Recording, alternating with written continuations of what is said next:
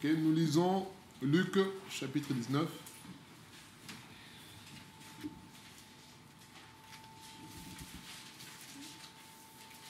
Luc 19.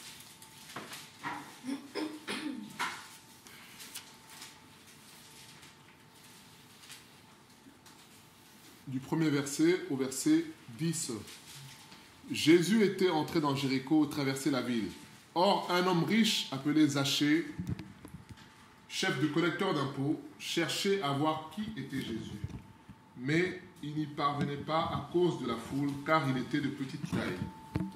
Il courut en avant et monta sur un sycomore pour voir Jésus, parce qu'il devait passer par là. Lorsque Jésus fut arrivé à cet endroit, il leva les yeux, le vit et lui dit « Zachée, dépêche-toi de descendre, car il faut que je m'arrête aujourd'hui chez toi. » Zachée s'empressa de descendre et l'accueillit avec joie. En voyant cela, tous murmuraient en disant « Il est allé loger chez un homme pécheur. » Mais Zachée, se tenant devant le Seigneur, lui dit « Seigneur, je donne aux pauvres la moitié de mes biens, et si j'ai causé du tort à quelqu'un, je lui rends le quadruple. » Alors Jésus dit à son propos, « Le salut est entré aujourd'hui dans cette maison, parce que lui aussi est un fils d'Abraham. En effet, le Fils de l'homme est venu chercher et sauver ceux qui étaient perdus. » Alors, ce texte, je pense que c'est un texte que nous connaissons parce qu'on le lit souvent, presque quasiment tout le temps. Mais il y a un enseignement à tirer. C'est que Jésus nous parle du salut dans ce texte. Et pourquoi Jésus parle du salut dans ce texte? Est-ce que si les gens parlent, répondent, est-ce que ça va rentrer dans le micro, Boris? Peut-être. Pourquoi Jésus parle du salut lorsqu'on lit, on voit cette histoire-là? Pourquoi Jésus parle de ça? Parce que c'est étonnant, Zachée ne parle pas de salut. Qu'est-ce qui fait que Jésus dit cette chose-là, donne cette affirmation-là? Est-ce que quelqu'un peut... Oui? Parce qu'il est venu pour ça.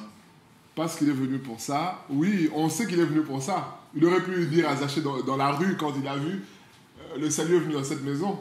Il aurait pu le dire à ce moment-là. Pourquoi Jésus le dit à ce moment-là où il parle là? Parce qu'il avait l'attention ensemble, Zachée. Ah, c'est ça le point, c'est ça. C'est-à-dire que au même instant où Jésus entre chez Zachée, Zachée est transformé. Jésus ne dit pas à Zachée, tu sais, Zachée, je suis venu pour vous sauver, je suis venu... Non, Jésus ne dit pas à Zachée, mais ça rejoint un peu l'exhortation de ce matin. C'est qu'il y avait déjà dans le spirituel un combat, une lutte engagée, un travail fait par Dieu, par le Saint-Esprit, dans le cœur de Zachée. Et la venue de Jésus n'était que la confirmation de ce travail-là. Et Jésus aurait pu entrer chez lui, Zachée aurait pu aussi se taire, mais il a fait cette confession-là au Seigneur, en disant, Seigneur, à partir d'aujourd'hui, je décide de rendre tout ce que j'ai pris de malhonnête. Et Jésus dit, le salut est entré dans cette maison. Alors, le salut, c'est quoi le salut? Question. Qu'est-ce que le salut? Qu'est-ce que nous comprenons? Qu'est-ce que nous entendons par salut? Pour nous, que représente le salut? La repentance, la délivrance. Le fait d'être sauvé aussi. Oui, le fait d'être sauvé, c'est le salut. Mais c'est quoi? D'être sauvé de la condamnation de laquelle nous étions. Parce que... Oui, mais c'est le mot sauvé là. On est dans le salut, tu dis être sauvé. Emploie un synonyme pour la vie éternelle. Oui. Tu as dit le fait d'être délivré de la condamnation, j'aurais dit. Parce que tu as dit sauvé de la délivrance. On parle du salut, tu mets encore sauvé. Ah, le salut, c'est la délivrance. Voilà, la délivrance, tout ça. Voilà. Le salut, de manière générale, c'est le fait d'avoir la vie éternelle en Jésus-Christ. On est assuré de vivre éternellement. Dieu prend soin de nous. Mais il y a une deuxième définition dans ce texte-là. Du salut, c'est quoi? C'est naître de nouveau, c'est recevoir la vie de Dieu et être transformé. C'est ça l'exhortation de cet après-midi. C'est que notre vie vienne en soutien à nos paroles. Mais ça ne peut passer que par le salut, la transformation de Dieu. Souvent, le salut, comme on nous dit souvent, ce n'est pas juste le ticket pour aller au ciel. Beaucoup considèrent le salut comme ça. J'ai accepté Jésus, j'irai au ciel. Mais c'est mal comprendre le salut. Le salut, c'est recevoir la nature de Dieu, une nouvelle vie qui fait que quand tu as cette vie-là, tu es convaincu de péché. Quand tu as cette vie-là, tu ne peux pas haïr les autres. Quand tu as cette vie-là, tu ne peux qu'aimer les autres. En fait, ce qui se passe, vous voyez ce que Zachée dit, c'est fort. Hein? Il dit à Jésus, à partir d'aujourd'hui, je rembourse tout ce que j'ai pris. Je rembourse même x4. C'est-à-dire que quand tu reçois le salut, on a exempté, je crois, sur Zoom en disant que devant Dieu et devant les hommes, c'est-à-dire que notre relation avec Dieu va forcément se répandre dans notre entourage. C'est ça le salut. C'est-à-dire que c'est ça la preuve même. En fait, on peut dire que Jésus, quand il parle, il a vu les conséquences du salut dans la vie de Zachée. Or, beaucoup disent avoir le salut, c'est-à-dire qu'ils ont accepté Jésus parce qu'il a peur d'aller en enfer. Mais les véritables conséquences dans la transformation, il faut les chercher malheureusement. Des chrétiens qui boudent, des chrétiens qui ne se parlent pas, des chrétiens qui se font la tête pendant longtemps, des chrétiens qui sont... Pourtant, ce sont des gens qui, officiellement, ont accepté le salut de Dieu, c'est-à-dire le fait d'être sauvés. Mais ce n'est pas ça le salut. Ce n'est pas que ça, je veux dire. Le salut, ça se concrétise dans le quotidien par notre vie. Et c'est ça l'exemple de Zachée. Donc, quelqu'un qui est touché, forcément, le fait qu'il soit touché par Dieu va l'amener à toucher aussi son entourage. Son entourage va voir que la personne a changé. Et c'est pour ça qu'on a intitulé que nos paroles, que nos actions, notre vie, viennent en soutien à nos paroles. Être chrétien, c'est dire que je suis le Seigneur, que je suis Jésus, que j'aime Jésus. Mais est-ce que ta vie à toi, telle que tu l'amènes, est-ce que les gens autour de toi peuvent en dire autant? C'est ça la question que je nous pose aujourd'hui, bien-aimés. Est-ce que les gens qui nous entourent, ta famille, les gens qui sont autour de toi peuvent dire que cet homme-là est un homme de paix, est un homme de construction? Quand on l'appelle, c'est pour recevoir des bons conseils. C'est un homme qui ne parle pas beaucoup, mais quand il parle, il dit des choses pertinentes. Toutes ces choses-là, bien-aimés, c'est ça le salut. Vous voyez comment on est loin du salut. Nous, notre salut, c'est aller au ciel. Je vais à l'église, je chante, je tape des mains, et puis... Mais non. Vous voyez, je donne un exemple. Matthieu 7, 21, qu'est-ce qui se passe? Les gens viennent dire quoi à Jésus? Nous avons chassé les démons. Nous avons prié en ton nom. Les malades ont été... En fait, tout ça, ça fait partie des conséquences du salut. Mais est-ce qu'ils avaient le salut? Jésus leur dit quoi? Retirez-vous de moi, ouvriers d'iniquité. Je ne vous ai jamais connu. Vous voyez, bien aimé, le piège dans lequel on peut tomber. C'est-à-dire que ces gens-là étaient convaincus qu'ils étaient dans le camp du Seigneur. Mais leur vie n'était pas en accord avec ce que le Seigneur attend. C'est ça. Beaucoup vont aller à gauche, ils vont prier pour les gens, c'est très très bien, gloire à Dieu. Mais ta vie, au fond, est-ce que les gens autour de toi peuvent témoigner de la transformation qui vient du Seigneur? Vous savez, quand le Seigneur pardonne, quand le Seigneur transforme, il te donne une nouvelle vie. Ce qui fait que, comme dans Jean 9, lorsqu'il y a eu un débat, les gens disaient, mais est-ce que c'est lui ou c'est pas lui? Est-ce que c'est lui ou c'est pas lui? Mais lui-même est venu dire, c'est moi. L'homme que vous voyez là autrefois, là, c'est moi. Parce que les gens se disent, mais non, c'est pas possible, ça peut pas être lui. Lui, il est aveugle-né. Comment ça se fait qu'il voit maintenant? Il y a eu un débat, mais l'homme est allé voir ces gens pour dire, oui, c'est moi. Est-ce que vous voulez aussi être disciple de Jésus? Si vous voulez être disciple, moi, je vous montre le chemin, c'est tout. Moi, j'ai été transformé, mais vous, vous êtes toujours les mêmes. Voilà, c'est ça. Et le Seigneur veut que nos vies soient un soutien à toutes les paroles que nous disons. Il y a des gens qui exhortent beaucoup les gens, qui parlent beaucoup du Seigneur, mais si la vie ne suit pas, qu'est-ce que les gens auront comme image? Bon, le Seigneur, c'est la théorie. Vous savez, c'est comme la politique. La politique, il y a des promesses, surtout là, on arrive à période électorale, il va y avoir toutes sortes de promesses. Il va y avoir toutes sortes de promesses. Mais comme Jacques Chirac disait, les promesses n'engagent que ceux qui les tiennent. Voilà, c'est ça. Celui qui fait les promesses, lui, il a un objectif, c'est gagner, c'est tout. C'est tout. Il n'a pas le moyen de transformer les choses. Lui, tout ce qu'il vise, c'est gagner. Et la réalité, parfois, les impondérables viennent et on n'y peut rien. C'est ça. Or, le Seigneur, c'est pas que du blabla. Le Seigneur, c'est la réalité. Nous lisons Matthieu 5. Matthieu 5,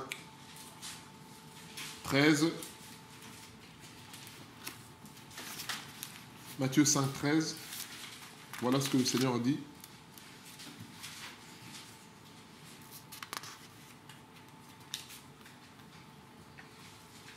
Matthieu 5, 13. Vous êtes le sel de la terre. Mais si le sel perd sa saveur, avec quoi la lui rendra-t-on?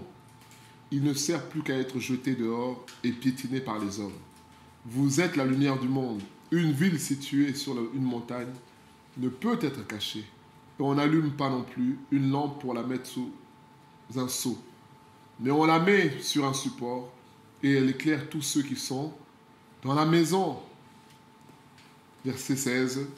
Que de la même manière votre lumière brille devant les hommes, afin qu'ils voient votre belle manière d'agir, et qu'ainsi ils célèbrent la gloire de votre Père céleste. Voilà, bien-aimés, ce que le Seigneur nous dit, que votre lumière luise ainsi devant Dieu. Qu'est-ce qui est écrit? Que votre lumière luise devant Dieu et devant les anges? Ah, devant les hommes, c'est ça. Que votre lumière luise ainsi devant les hommes. Quelle lumière tu vas faire luire devant Dieu? C'est Dieu qui te donne cette lumière-là. Mais cette lumière-là a vocation à luire devant les humains, qu'ils voient vos bonnes œuvres et qu'ils... Voilà, c'est ça, bien-aimé. C'est ça le salut. C'est-à-dire que ta vie fait que les gens qui sont autour de toi, même s'ils ne croient pas en Dieu, ils ne veulent pas croire en Dieu, ils finissent par reconnaître que, ah, lui, il est différent. Lui, il n'est pas comme les autres. Vous savez, on passe du temps à expliquer beaucoup de choses aux gens parce que nous-mêmes, parfois, on n'est pas clair. Il y a des gens, tu es chrétien, tu es catholique, tu es... En fait, on va rentrer dans des explications, mais bien aimé, c'est le quotidien avec les collègues, le quotidien avec tous ces gens-là. Parfois les musulmans, tous ces gens-là. C'est la vie quotidienne qui fera la différence, où on verra que, bah non, en fait, c'est pas pareil. Catholique, c'est pas chrétien. Musulman, même s'ils se disent croyants, parce que moi, j'avais un collègue qui, c'était comme la concurrence. Et je peux vous dire qu'il lisait la Bible, il connaissait des versets bibliques, il connaissait des... Et c'était comme la concurrence entre lui et moi.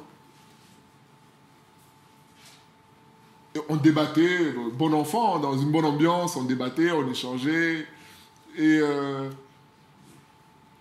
finalement, je me suis dit, bon, je ne vais plus discuter avec lui. Moi, je continue à faire ma vie. Et un jour, il vient me voir et me dit, mais toi, Jean-Luc, tu feras un musulman pieux. Tu feras un bon musulman, toi, il faut que tu deviennes musulman. Je dis, non, moi, j'ai Jésus est le chemin, la vérité et la vie. Voilà, moi, j'ai trouvé l'objectif de tout homme. Et il me dit, bon, admets au moins que même si c'est pas tout à fait pareil, admets au moins qu'on a le même Dieu, parce qu'on a la même racine. Vous voyez comment cette personne-là, puisqu'elle n'a pas réussi à m'avoir dans... Parce que je ne vous dis même pas les comportements, hein. Parfois, c'est des collègues qui giflent des gamins, hein, qui giflent des gamins, bon, tous les travers, écoute la musique. En fait, il vit comme tout le monde, sauf qu'il prie 5 fois par jour.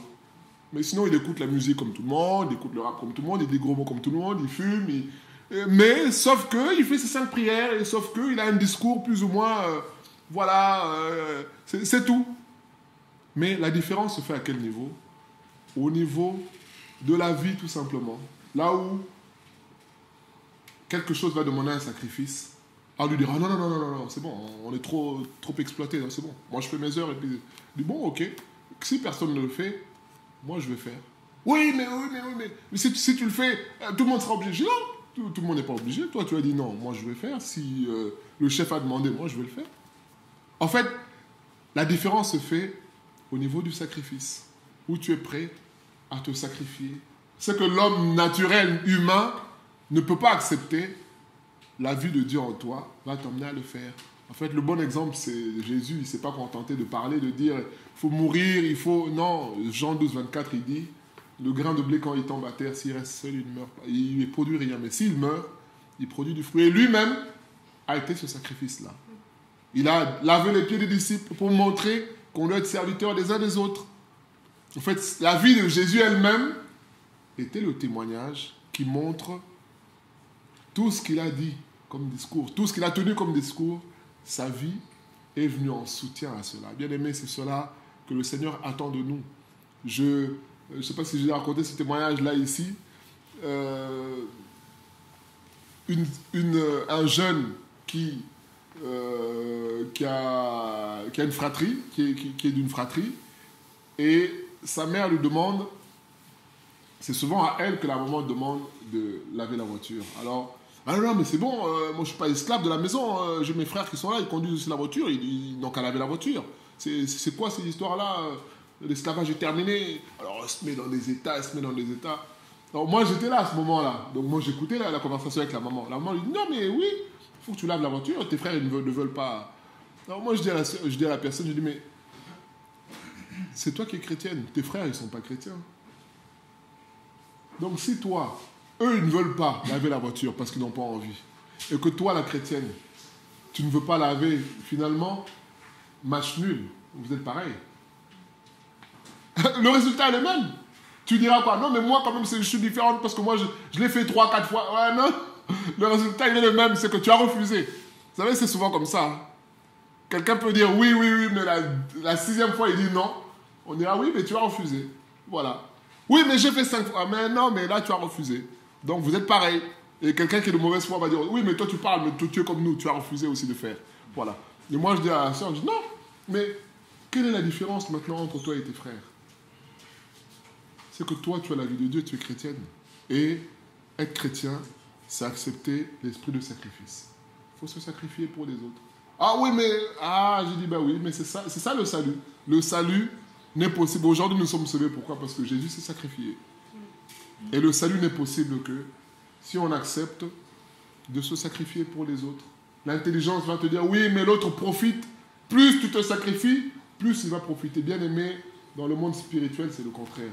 Plus tu te sacrifies, plus Dieu va agir. On a vu à la croix que même jusqu'à la croix, il y a eu le salut du brigand. À la croix, Jésus n'a pas parlé, il n'a pas évangélisé pour dire, mais vous voyez, vous deux, vous êtes là, vous êtes perdus. Non. Eux-mêmes, ils ont tenu un discours à Jésus. L'autre lui dit, Seigneur, souviens-toi de moi quand tu reviendras. Jésus lui dit, aujourd'hui même, tu seras avec moi dans le paradis. C'est ça, bien aimé. Et je dis à la sœur, non.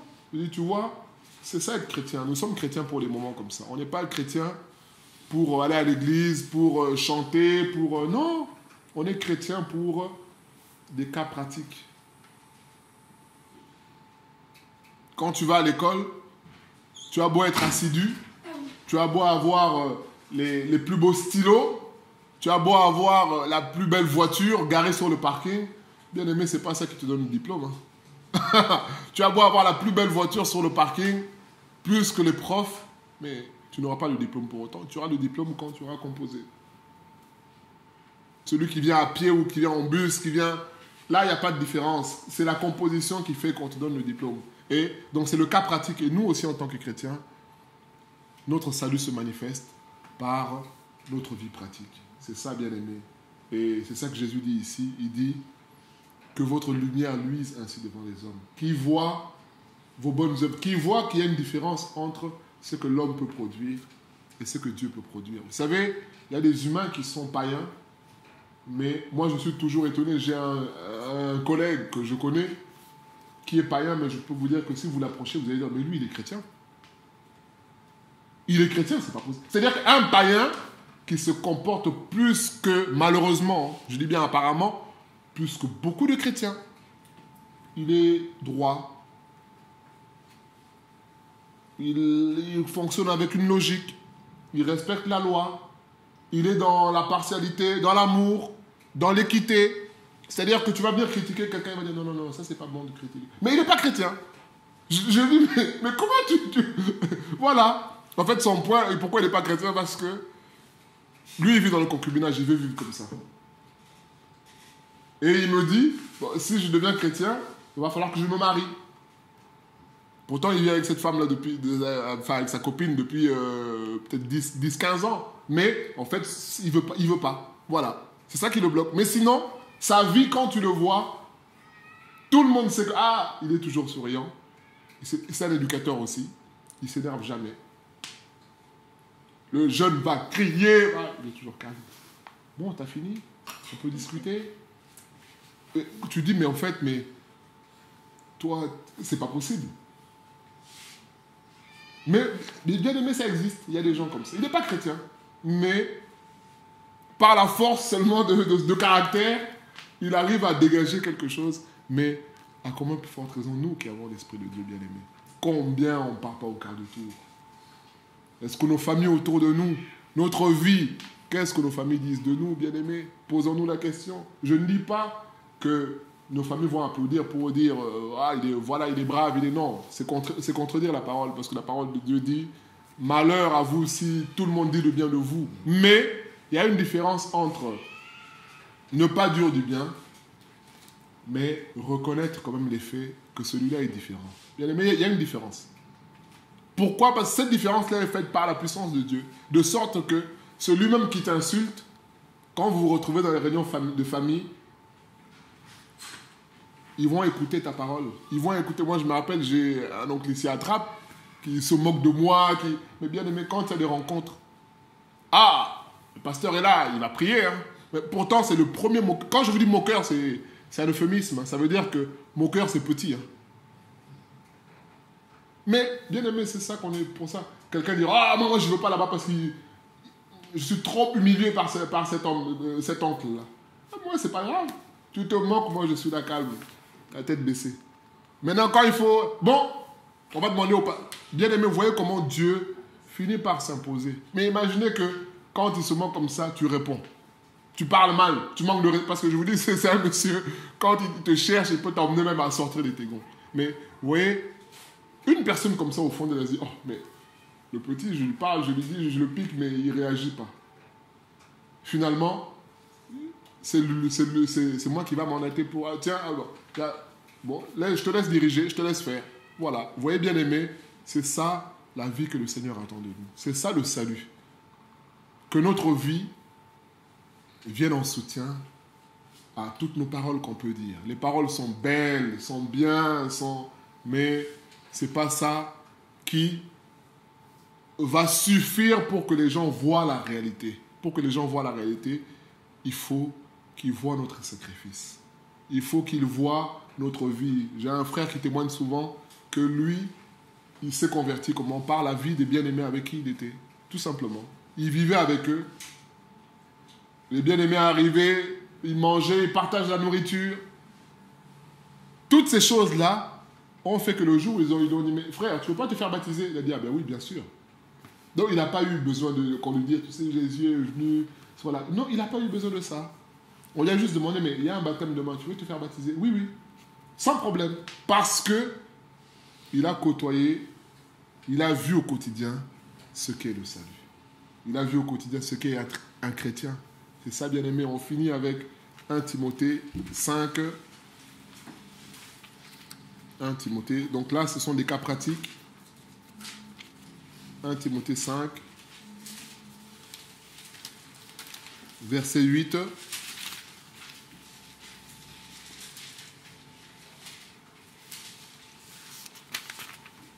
Si quelqu'un ne prend pas soin des siens, et en particulier de membres de sa famille proche, il a renié la foi, et il est pire qu'un non-croyant. Dans l'autre version, c'est un incroyant, je crois, un infidèle. Voilà ce qu'on nous dit ici. Bien aimé, c'est un cas pratique. Si quelqu'un prétend être chrétien, mais ne prend pas soin. Alors, ne prend pas soin, bien évidemment, ce n'est pas faire de sa famille des salariés, hein, où tous les mois, comme c'est le cas, tu envoies 200 €. C'est pas ça, non. C'est que ta vie, ton attitude manifeste. Parce que bien aimé, vous savez, ce sont les gens qui vivent avec nous au quotidien, qui voient la réalité. Les gens à l'extérieur, on est chrétiens entre nous.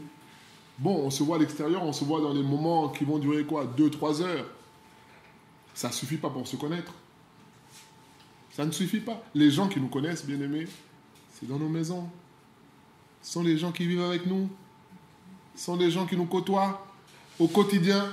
Ce sont eux qui nous connaissent. Combien on n'a pas vu les gens à l'assemblée, les sœurs, les frères prophétiser. Dieu m'a dit. Tu écoutes, tu dis, oh là là là là, c'est vraiment, c'est l'Esprit de Dieu qui parle. Mais va poser la question à la maison. Comment ça va? Il y en a même, ils parlent, ils prophétisent. Tu vois, la femme qui est là. Mais bien aimé, ce sont les réalités. Ce sont les réalités. Ou vice-versa. Hein? La femme qui est gentille, avenante, qui est hospitalière. Ah, le type, il a assis, il a dit, ah, cinéma. Bien aimé, c'est ça la réalité. C'est ça la réalité. Être chrétien, c'est être transformé de sorte que ceux qui sont autour de nous, voilà pourquoi il est écrit dans Actes 16:31, crois au Seigneur Jésus, tu seras sauvé, toi et ta famille. C'est-à-dire, c'est de ce salut-là qu'on parle. C'est-à-dire que c'est quand toi tu crois en Jésus, ta transformation intérieure va tellement se répandre dans ton environnement, dans ta famille, que ça va favoriser leur transformation aussi. C'est ça, bien aimé, qui se passe. Et c'est ça que le Seigneur veut, que nous puissions être chrétiens, non pas du dimanche où on vient à l'église, où on vient, le culte était bien, ou non, bien aimé, mais que notre vie, que ceux qui sont autour de nous, ceux qui nous côtoient. Vous savez, un homme comme Jésus, qui pouvait l'accuser? Les juges disent, mais on n'a rien. Pilate dit, mais moi, j'ai rien trouvé. Tout le monde dit, mais cet homme-là n'a rien du tout. Il n'a rien fait de mal. Juste que le brigand sur la croix dit, mais nous, on mérite nos crimes, ce qu'on produit nos crimes, mais cet homme n'a rien fait. Bien aimé, c'est cela. Et le Seigneur veut aussi que nous puissions mener cette vie-là. Une vie où son esprit agit. Et nous allons prier pour que le Seigneur nous aide à vivre cela, que le Seigneur nous fasse grâce. S'il nous donne cette parole aujourd'hui, c'est parce qu'il veut nous transformer, il veut nous changer, il veut faire de nous des chrétiens. Et chrétiens, ça veut dire comme Christ. C'est ça que ça veut dire, que notre vie, notre comportement, que, comme il est écrit dans Philippiens 4, que notre douceur soit connue de tous, que de nos bouches ne sortent que des paroles de bénédiction, que notre attitude soit une attitude de sacrifice aussi, que ce ne soit pas toujours la revendication. Oui, mais moi, on me doit ceci. Oui, mais... Non, non, non. Être chrétien, c'est accepter le sacrifice. Être chrétien, c'est obéir. On te demande quelque chose, même si tu n'as pas envie.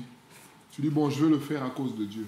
Puisque j'aime Dieu, je veux faire la chose. Et pendant que tu fais la chose, tu pries. Tu dis, Seigneur, je n'ai pas envie de faire, mais je le fais parce que je t'aime. Et tu verras, quand tu pries comme ça, Dieu va te donner le goût pour faire la chose. Et tu vas faire la chose avec joie. Et celui qui t'a demandé même, peut-être qu'il t'a piégé, mais finalement, le piège se retourne. Vous savez, Jacob a été piégé par Laban, trompé par Laban. Mais finalement, le piège a été transformé. Parce que Laban qui pensait escroquer Jacob, finalement, c'est lui-même qui a été escroqué parce que c'est Dieu qui est entré dans l'histoire. C'est ça, bien aimé, que le Seigneur nous aide à être des lumières autour de nous, que notre vie soit un soutien à nos paroles. De sorte que, quand on te pose la question, « Ah bon, mon frère, t'es chrétien ?» Tu dis oui, on dit « Ah oui, je comprends. » Mais il y en a, « Tu es chrétien ?»« Ah bon ?» Bien-aimé, ça veut tout dire. Hein? Parce que le païen se dit « Mais on est pareil, en fait. » Tu dis des gros mots, j'ai des gros mots. Parfois même, c'est le païen qui est même plus mesuré que toi. Donc on est pareil. Il faut que le jour où tu dis « Je suis chrétien », on dit « Ah, je comprends pourquoi. » Parce que tu participes à des conversations bizarres avec nous. parce que tu fais pas ci, parce que tu critiques pas, parce que tu n'es pas de notre côté, tu n'es pas dans notre camp, nous on a notre groupe, toi tu es à part. Donc, c'est-à-dire que, vous voyez, rien que tout ça, le jour où tu lui parles de Jésus, il comprend ce qu'est Jésus.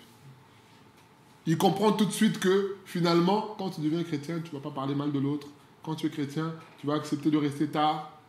Au boulot, s'il le faut, pour te sacrifier parce que personne ne veut. Tu vas accepter de faire ce que personne ne veut faire. Tu vas accepter d'aimer tout le monde. Donc, c'est-à-dire qu'au même instant où il se convertit, c'est ce que Zachée a compris. Hein. Vous voyez, Jésus n'a pas fait le discours. Zachée a reçu Jésus. Il a compris que finalement, il faut que je rende tout.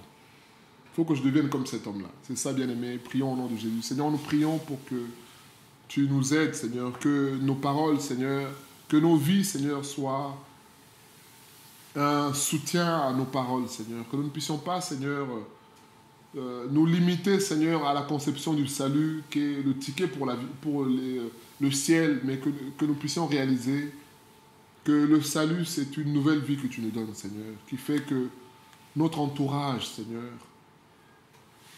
puisse bénéficier, Seigneur, de cette nouvelle nature que tu nous donnes dans l'esprit de sacrifice, dans le renoncement à soi, dans le fait de prendre la dernière place, dans le fait d'aimer tout le monde, Seigneur, dans le fait de prier pour ceux qui nous maltraitent, qui nous persécutent, dans le fait, Seigneur, de rendre, Seigneur, de ne pas rendre le mal par le mal, mais de surmonter, comme il est écrit dans Romains 12, le mal par le bien.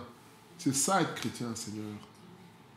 Dans le fait d'obéir aussi à nos parents, dans le fait, Seigneur, de ne pas irriter nos enfants, Seigneur. Considérer que nos enfants, ce ne sont pas seulement nos enfants, mais ce sont tes potentiels serviteurs, Seigneur. Que dans notre comportement, nous puissions nous comporter avec eux de cette manière-là, Seigneur. Afin que dès leur jeune âge, ils saisissent ce qu'est un chrétien. Seigneur, merci de nous aider dans nos rapports avec les autres, Seigneur. Transforme-nous et agis au nom de Jésus. Amen. Amen. Gloire à Dieu.